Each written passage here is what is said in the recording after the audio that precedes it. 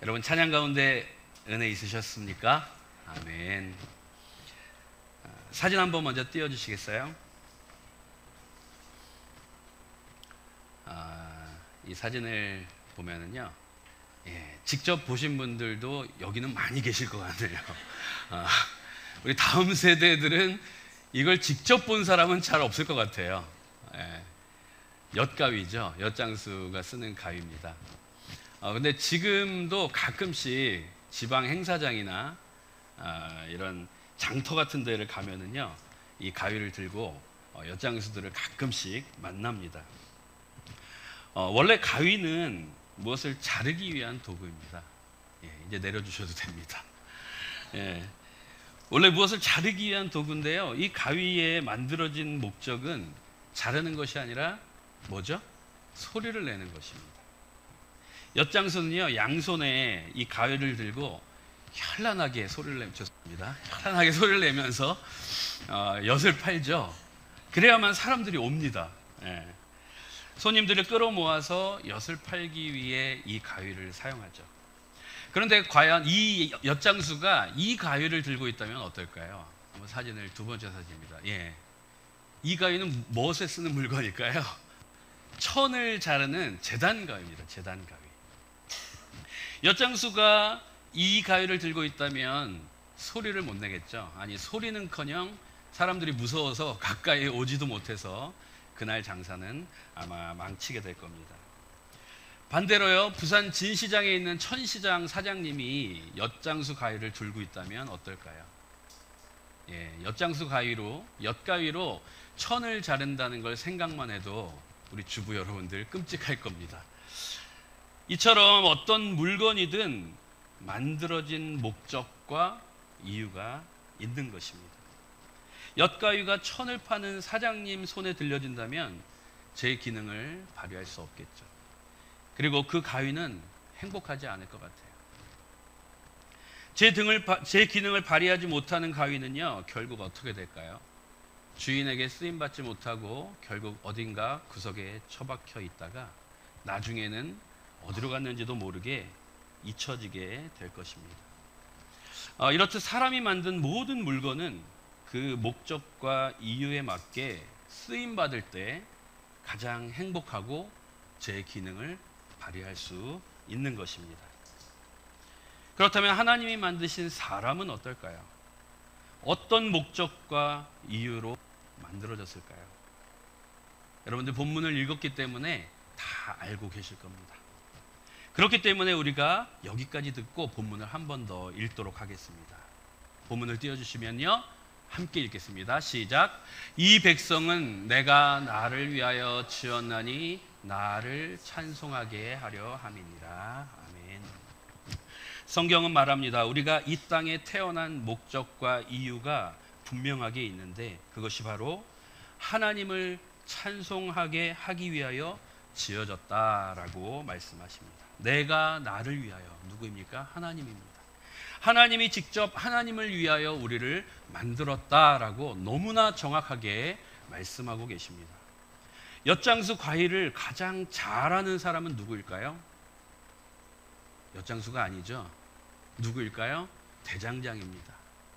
그 가위를 만든 대장장이가 어떻게 하면 이 엿가위가 가장 소리를 잘 내고 그리고 듣기 싫지 않은 소리로 사람들에게 관심을 끌 수 있는 소리를 낼까, 그렇게 만들었을 것입니다. 그렇다면 우리를 가장 잘 아는 분은 누구십니까?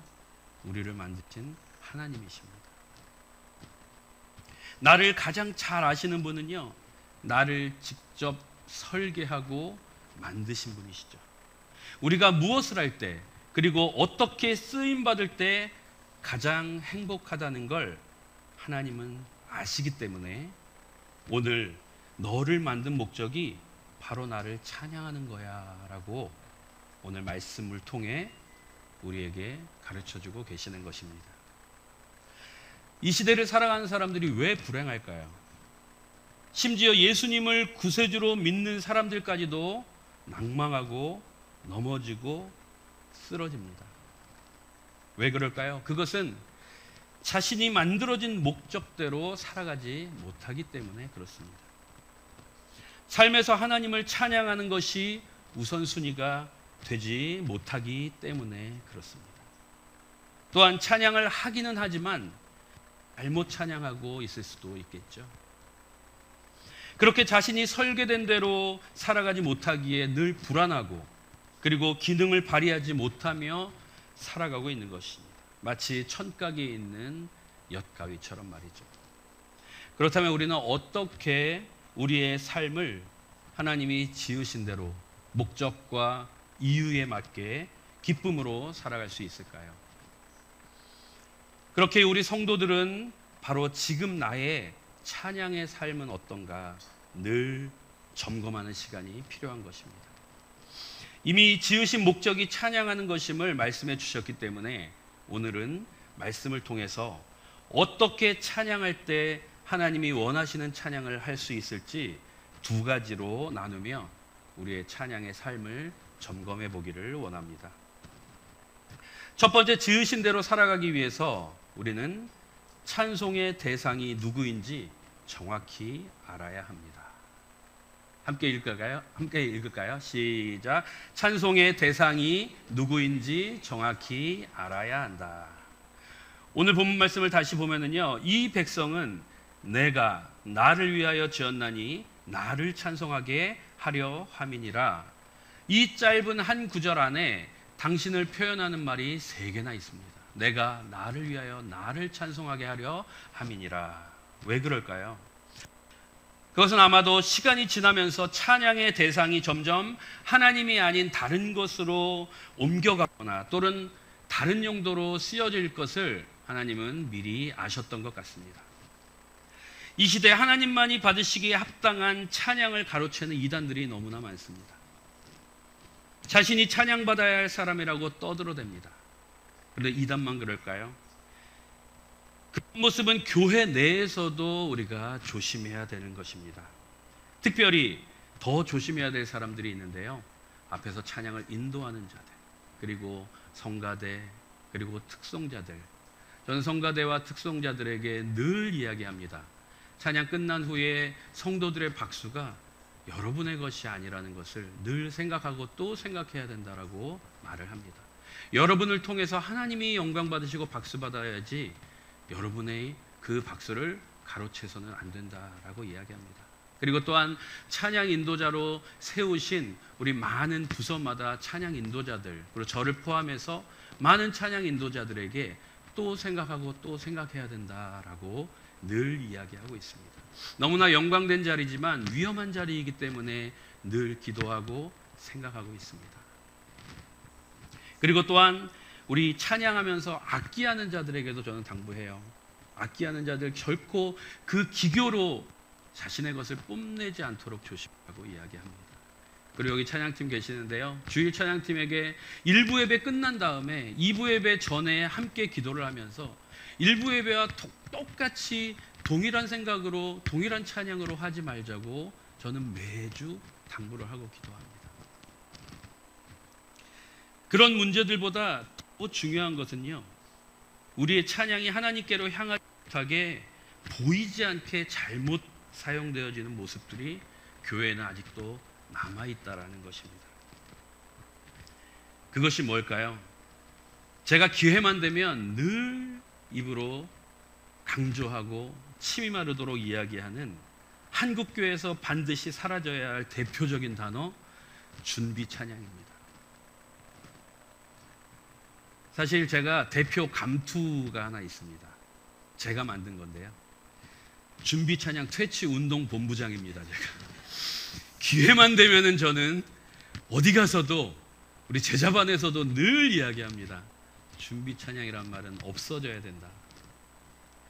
하나님 찬양하는 거룩한 행위를요, 운동 경기 전에 워밍업 하는 것 정도로 아주 낮춰버린 대표적인 단어가 바로 준비 찬양이라는 말입니다. 사실 요즘은 많이 없어지기는 했어요. 그렇지만 여전히 우리 교회에서도 가끔, 그리고 다른 교회 가면 깜짝 놀랄 정도로 많이 사용합니다. 이렇게 이야기합니다. 우리 예배 전에 준비 찬양 하시겠습니다. 무엇을 준비한다는 것이죠? 예배를 준비한다는 것 같은데 그 찬양은 누가 받으시는 것입니까? 하나님은 절대 무엇을 준비하라고 우리에게 찬양을 주시지 않으셨습니다. 또한 이렇게 이야기합니다. 강사님, 목사님 오실 때까지 우리 찬양이나 하고 있죠. 이렇게 이야기합니다. 너무 슬픕니다. 그러고는 아무 의미 없이 후렴만 반복하며 시간 때우기용으로 찬양을 오용하고 있습니다. 강사 목사님 나오시기 전에 찬양은 누가 받으시는 찬양일까요? 마지막으로 한 가지 더, 실제 제가 어느 교회 갔을 때의 일입니다. 온 마음을 다해 하나님을 찬양한 후에 사회자가 나와서 종을 2번 치면서 이렇게 이야기합니다. 이제부터 경건한 마음으로 예배를 시작하겠습니다. 너무 슬프죠. 이렇게 잘 생각하지 않으면 별 문제가 없어 보이는 말과 행동들이 하나님께 온전히 올려드려야 할 찬송의 본질을 깨트리고 있는 것입니다. 사랑하는 예배자 여러분, 찬양의 시작과 함께 하나님을 향한 예배의 시작임을 잊지 마시기 바랍니다. 예배의 준비는요, 예배 시작 전에 다 마쳐야 하는 것입니다. 이런 눈에 보이지 않는 문제들로 인해서 아직까지도 예배가 벌써 시작되고 하나님을 찬양하는 시간임에도 당당하게 어깨를 펴고 뒷문을 열고 들어오는 예배자들이 있다라는 것입니다. 또한 그 위대하신 하나님, 죄인된 우리가 두려움에 떨며 하나님 앞에 서야 되지만, 죄송합니다, 다른 이유가 있을 수도 있겠지만 다리를 꼬고 앉아서 하나님을 찬양하는 사람들도 보인다라는 것이죠. 음악회에 늦게 가면 한 스테이지가 끝날 때까지 들어가지 못하게 합니다. 우리는 그것을 너무나 당연스럽게 생각해요. 그리고 한 스테이지가 끝난 다음에 들어갈 때도 조심스럽게 행여나 옆 사람에게 피해를 끼칠까 봐 미안한 마음으로 들어갑니다. 그걸 우리는 공연 예절이라고 하죠. 그런데요, 예배에는 공연 예절보다 더 중요한 것이 있는데요, 그것이 바로 하나님과의 약속입니다. 오늘 본문의 저자 이사야는요, 6장에서 성전에서의 예배 가운데 거룩하다 거룩하다 만군의 여호와여 찬양하다가 임재하신 하나님을 만나면서 이렇게 고백합니다. 이사야 6장 5절 볼까요? 그때 내가 말하되 화로다 나여 망하게 되었도다. 나는 입술이 부정한 사람이요 나는 입술이 부정한 백성 중에 거주하면서 만군의 여호와이신 왕을 배웠음이로다 하였더라. 지금 이사야는 두려움과 떨림으로 하나님 앞에 예배하며 찬양하였고요, 하나님의 임재 앞에 죽을 수밖에 없는 자신의 죄와 연약함을 보게 된 것입니다. 이러한 겸손과 진정한 회개가 있은 후에 이사야는 죄사함과 부르심을 받게 되죠. 사랑하는 성도 여러분, 예수님의 십자가의 죽으심으로 말미암아 휘장이 찢기고 우리가 직접 하나님 앞에 설 수 있게 된 것은 전적인 하나님의 사랑이요 예수 그리스도의 희생의 은혜이지, 결코 우리가 편하게 하나님 앞에 예배하라고 허락하신 것이 절대 아님을 우리는 명심해야 할 것입니다. 우리가 찬양하는 분은요, 하나님이십니다. 하나님, 천지 만물을 창조하시고 우리를 지으신 분이세요. 그 놀라우시는 분을 우리가 찬양하는 특권을 주심에 감사함으로, 그리고 겸손히 소중히 여겨야 할 것입니다. 간절히 바라기는 우리 찬송의 대상이 늘 하나님 한 분이기를 소망합니다. 아멘. 또한 우리가 찬송하는 분이 어떤 분인가를 기억하며, 때로는 거룩하시고 두려운 하나님, 그리고 때로는 아빠 아버지 되시고 사랑의 하나님, 그 하나님을 찬양하며 지으신 목적대로 매일매일 살아가고 찬양하는 우리 모두가 되기를 주님의 이름으로 축복합니다. 두 번째, 지으신 대로 살아가기 위해서는요, 구원을 이루시는 믿음으로 찬송해야 합니다. 함께 읽을까요? 시작. 구원을 이루시는 믿음으로 찬송해야 한다. 제가 찬양, 찬송 계속 왔다 갔다 두 가지 단어를 많이 쓰고 있는데요, 그것 때문에 괜히 마음 어려워하지 마십시오. 똑같은 단어입니다. 네, 찬양, 찬송 똑같습니다. 오늘 본문 바로 앞 두 절은요, 이렇게 말씀하십니다. 43장 19절 20절 볼까요? 보라, 내가 새 일을 행하리니 이제 나타낼 것이라. 너희가 그것을 알지 못하겠느냐? 반드시 내가 광야의 길을 사막의 강을 내리니 장차 들짐승 곧 승냥이와 타조도 나를 존경할 것은 내가 광야의 물을 사막의 강들을 내어 내 백성 내가 택한 자에게 마시게 할 것임이라. 그 후에 이 백성은 내가 나를 위하여 지었나니 나를 찬송하게 하려 함이니라. 이 말씀을 주셨습니다. 무슨 말입니까? 하나님께서 이전보다 더 크신 새 일을 행하시겠다고 말씀하시는데요, 모든 일들이 하나님을 찬양하기 위함이라고 말씀하시는 것입니다. 바꾸어 말하면은요, 새 일을 행하실 대상이 바로 하나님을 찬양하는 자들이라는 것입니다. 이것은 구원을 이루시는 하나님을 믿음으로 찬송하는 우리들에게 구원의 회복과 약속을 주시는 말씀인 것입니다. 이처럼 신구약 성경 많은 곳에는요, 찬송 중에 거하시며 하나님의 구원의 은혜를 직접 경험한 사람이 많이 있습니다. 그 중에 구약 성경 한 곳만 찾아보겠습니다.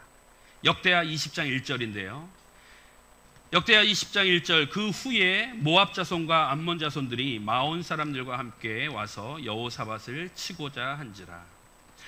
유다 왕 여호사밧 때에 모압, 암몬, 마온, 그러니까 아람 전체입니다. 아람 전체가요, 대군을 이끌고 남유다를 멸망시키려 전쟁을 일으켰습니다. 왕이 되면서 우상을 멸하고 하나님을 경외했던 여호사밧은요, 그 큰 전쟁이 일어나자 하나님께 구하기를 간구하죠. 기도합니다. 그때 하나님이 이렇게 말씀하십니다. 15절, 여호와께서 이같이 너희에게 말씀하시기를 너희는 이 큰 무리로 말미암아 두려워하거나 놀라지 말라. 이 전쟁은 너희에게 속한 것이 아니요 하나님께 속한 것이니라. 하나님께 구원의 약속을 얻은 여호사밧은요, 담대히 전쟁에 임하게 되죠. 21절을 함께 볼까요? 노래하는 자들을 택하여 거룩한 예복을 입히고 군대 앞에서 행진하며 여호와를 찬송하여 이르기를 여호와께 감사하세 그의 인자하심이 영원하도다 하게 하였더니. 좀 이상하죠? 아무리 하나님의 약속을 얻었지만 이해할 수 없는 일을 행합니다. 전쟁에 무기를 든 군인이 앞에 서서 나가는 것이 아니라 성가대가 제일 앞에 서서, 그것도 성가복을 입고 앞서 나가며 찬송을 하고 있는 장면입니다. 그 뒤를 군대가 따라가고 있는 모습이죠. 이를 본 아람 군대는 어떤 생각을 했을까요? 아, 저 유다 왕이 이 대군을 보고 드디어 미쳤구나, 이런 생각을 했을 것 같아요. 그리고 전쟁을 포기했네, 언제 백기를 드나, 이런 생각을 하고 있었을 것 같습니다. 그런데 어떤 일이 일어납니까? 22절, 그 노래와 찬송이 시작될 때 여호와께서 복병을 두어 유다를 치러 온 암몬 자손과 모압과 세일산 주민들을 치게 하심으로 그들이 패하였으니. 하나님께서 구원의 기적을 보여주십니다. 여호사밧과 남유다 백성들, 특히 앞에서 찬양을 하며 행진한 성가대원들의 모습, 놀랍지 않습니까? 우리는 이 전쟁의 결과를 성경 한 장만 읽으면 알기 때문에 그 믿음의 가늠을 감히 할 수 없습니다. 우리가 그 성가대원이라고 생각하며 한번 상상을 해볼까요? 지금 넓은 들에 서 있습니다. 여러분 옛날 영화 보면은 그 넓은 들, 브레이브 하트 뭐 이런 영화 보셨나요? 멜 깁슨 나오는. 예. 한번 보십시오. 넓은 들판. 성경에서는요, 그 들판을 드고아 들판이라고 이야기합니다. 그 넓은 들판에 저기 눈에 보이는 적군들이 잔뜩 있습니다. 엄청난 대군입니다. 그들은 지금 명령만 기다리고 있어요. 지금 무기를 들고 달려갈 준비를 하고 있습니다. 그런데 그 앞에 왕이 성가대원들 보고 제일 앞에 나가래요. 제일 앞에 나가는데 무기도 들려주지 않고, 그것도 갑옷도 아니고, 창을 막을 갑옷도 아니고, 성가복을 입고 제일 앞에 서서, 요즘 전쟁으로 말하면 뭐일까요? 총알바지입니다. 제일 앞에 서서 하나님을 찬양하면서 앞에 나가라는 것입니다. 그러면 군대가 뒤에 따라가겠다라고 이야기할 때 그 성가대원들의 믿음이 어떤 것일까요? 아무리 하나님의 구원의 약속이 있었지만 그것이 결코 쉽게 순종할 수 있는 일이었을까요? 그렇지만 그들은 순종했습니다. 왜일까요? 오직 하나, 그들은 찬양 중에 거하실 하나님의 능력을 굳게 믿었던 것입니다. 그들에게는 찬양이 바로 갑옷이요 무기였던 것입니다. 혹시 이런 생각하시나요? 저 때는 구약 시대였고, 저도 그런 생각을 한 적이 있었습니다. 그러나 지금은 그렇지 않습니다. 왜요? 저는 동일하게 이 시대를 살아가는 우리에게도 하나님께서는 찬양의 무기를 들려주셨다고 믿습니다. 여러분의 삶 속에 때때로 고난과 질병이 찾아오고 낙심되어 다 포기하고 내려놓고 싶은 생각이 들 때 하나님을 찬양해 보십시오. 하나님의 놀라운 역사하심을 경험할 것입니다. 눈에 보이지 않는 삶의 영적 전쟁에서요, 찬양은 어마어마한 사탄의 군대의 공격으로 우리를 막아줄 것입니다. 오히려 눈에 보이는 구약 시대의 적보다 더 강한 눈에 보이지 않는 그 사단은 예상하지 못할 방법으로 우리를 무너뜨리려고 달려들 것입니다. 그때 우리의 힘으로 어찌 막을 수 있겠습니까? 오직 전쟁은 여호와께 속한 것임을 고백하며 구원의 은혜를 이루실, 기적을 이루실 그 믿음으로 찬송해야 할 것입니다. 여러분, 그런 경험 해보셨나요? 문제 앞에서 걱정과 슬픔을 안고 하나님 앞에 나와서 아무 생각 없이 울면서 찬양하고 기도할 때 그 슬픔이 기쁨이 되는 경험, 저는 중고등학교 때 느껴봤습니다. 그리고 지금도 느끼고 있습니다. 문제가 해결되어서요? 아닙니다. 환경과 상황은 그대로지만 하나님 앞에 찬양할 때 문제가 더 이상 문제로 보이지 않으며 그것이 슬픔에서 기쁨으로 바뀌는 기적입니다. 만물을 지으신 하나님이 나와 함께 하시고 나의 찬양을 받아주신다는데 무엇이 걱정이겠습니까? 사랑하는 예배자 여러분, 앞으로 하나님을 향한 우리의 찬송 가운데 이러한 변화가 있기를 주님의 이름으로 축복합니다. 먼저 우리의 찬양이 하나님께만 집중되기를 원합니다.